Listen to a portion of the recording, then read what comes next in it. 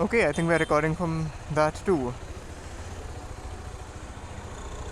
Let's get the vlog started.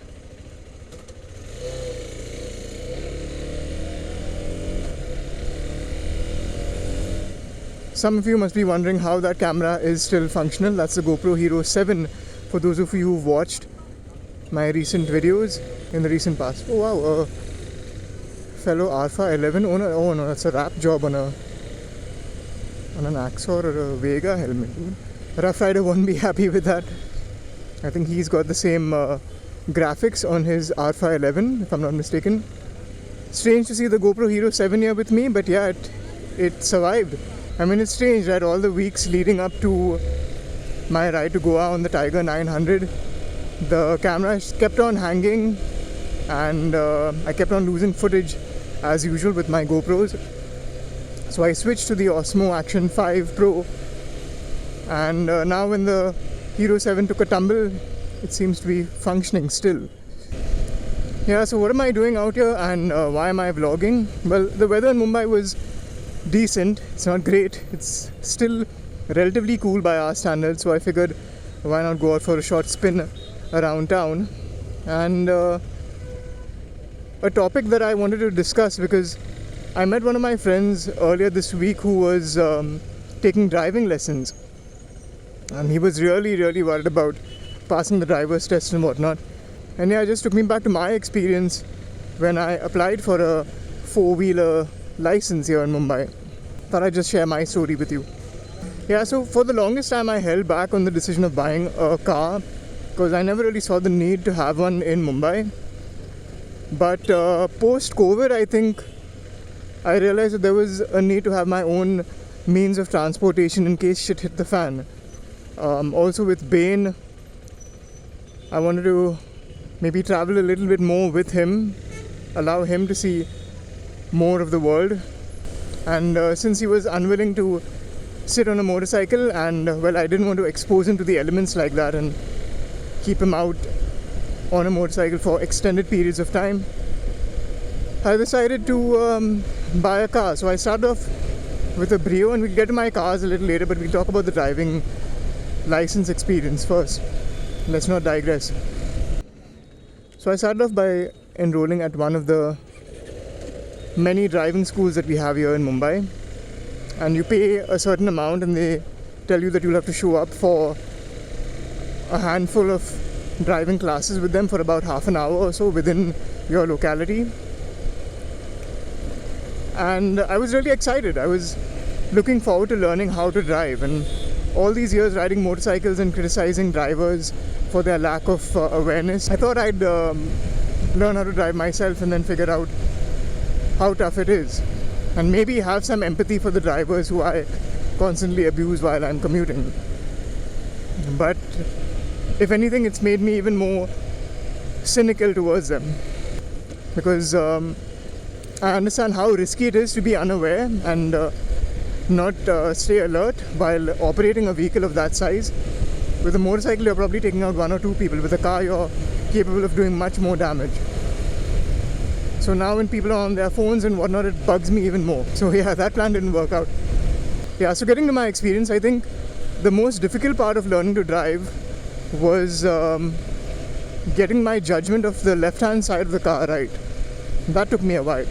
On a motorcycle, it's pretty symmetrical, right? Your left side and your right side is equidistant from each other, and you're practically just avoiding people with your body, with the width of your body, that is, because your hands kind of give you that understanding of how wide you are and then allows you to avoid obstacles.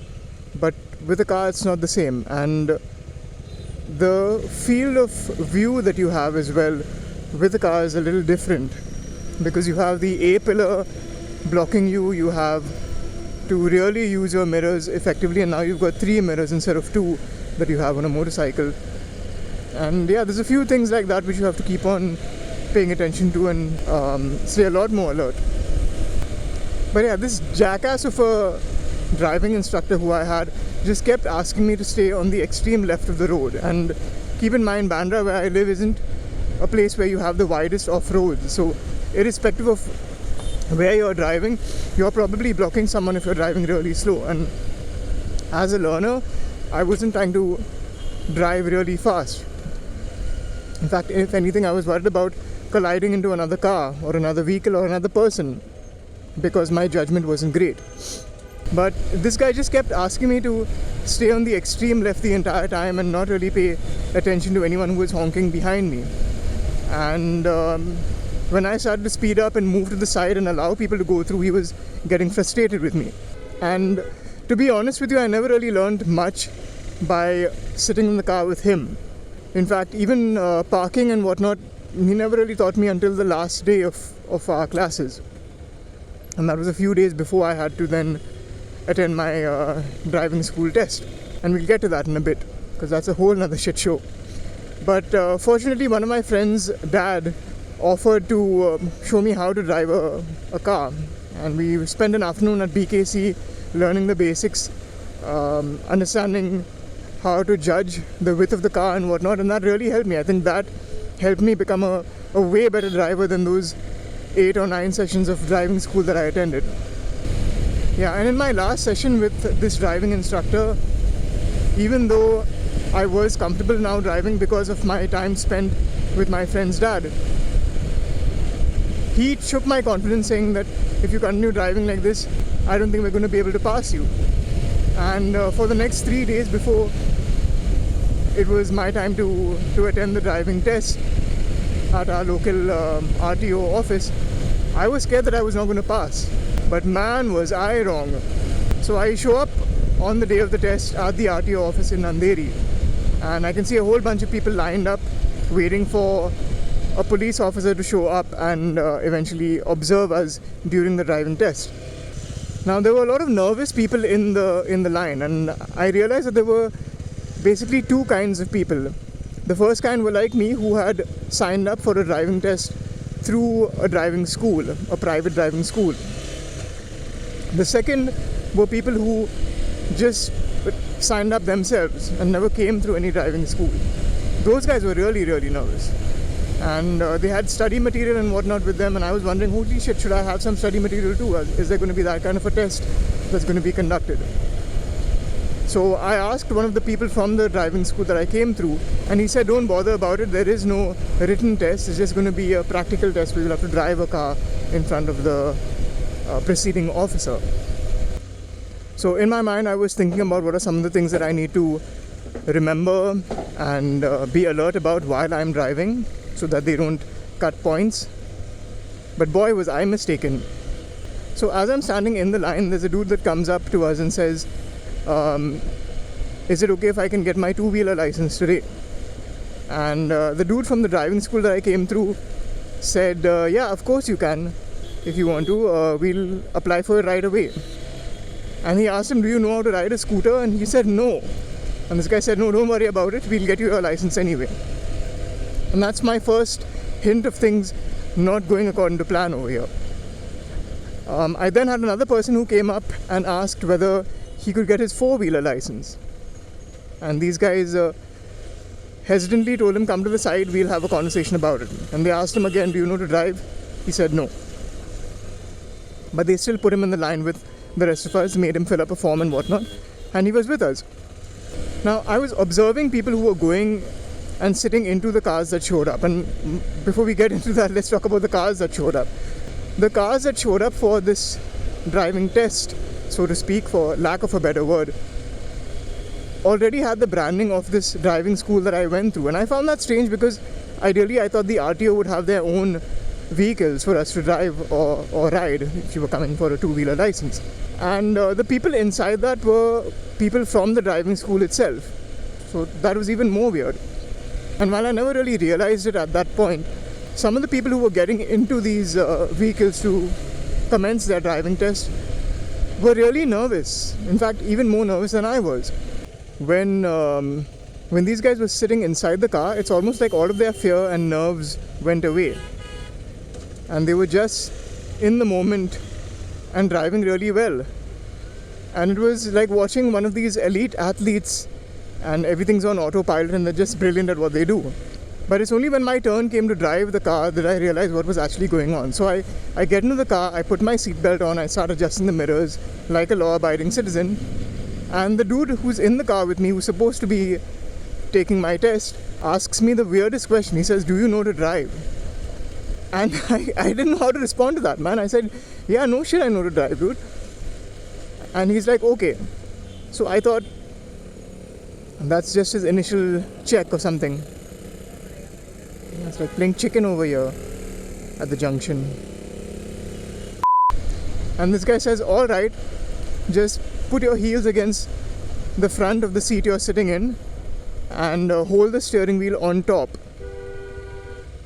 So I was like, all right. I thought that was the initial part of it. He wanted to just see how I adjust my seat or something like that. But I shit you not. He says, "Don't move." From the passenger seat, he puts his feet right across the gear lever and puts his feet on the brake and accelerator pedal. He then holds the bottom of the steering wheel with one hand and he starts the car.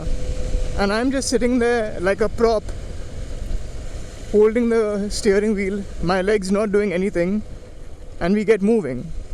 And it's at that point I realized why everyone else's nerves just went away. And as I get out of the car a few minutes later, after obviously passing the test and processing what has just happened and how much time I wasted going for these driving classes when I could have just spent time with my friend's dad and learned to be a better driver, I see my driving instructor holding the back of a scooter for the dude who asked, "Can I get a two-wheeler license?" on the same day. And he was pushing him along like how you teach a kid to ride a cycle. And that guy got his two-wheeler license that day too.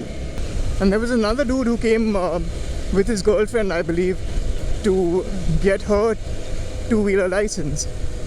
And the guy innocently took out his camera phone and started recording while his girlfriend was riding on the scooter that was available for the test. And the officer, the preceding officer, got really pissed off and asked him to shut his phone off and said something to the tune of, "If you want to record your girlfriend, go to the bedroom. Don't do it out in public." Because I'm sure he didn't want information about what the was going on over there to get leaked out to social media. But hey, here we are. And if you ever wondered why the we have such horrible drivers, riders, and pretty much anyone else operating a vehicle that requires a license here in Mumbai, apply for a driving test or even a two-wheeler test. I'll share that story if you guys want to hear it in the next video. But apply for this and just go through the absolute horror that is the process of obtaining a license, and you will understand why. And that's why I urge people who get into motorcycling just like me to find people who share a similar mindset to commuting, to touring, to just basically living life on two wheels or in four wheels for that matter. Because you'll actually start to learn good habits and good riding etiquette or driving etiquette or road sense for that matter through these people who've had way more experience than you do. Because you can't really rely on our government officials to give you that sort of training and experience. The system's just too corrupt for that to happen. And I know some of you are gonna comment in this video saying, "Hey bro, that's just normal life. Go back to America or go back to wherever the you came from." Dude, I'm from India. And you being accepting of that or saying turn the other way or, let it be, deal with it, well, you're part of the problem too then. If any of you have similar funny stories about how you got your two or four-wheeler license in Mumbai or from wherever you are, please by all means share them in the comments with us. I'd love to hear your perspective as well.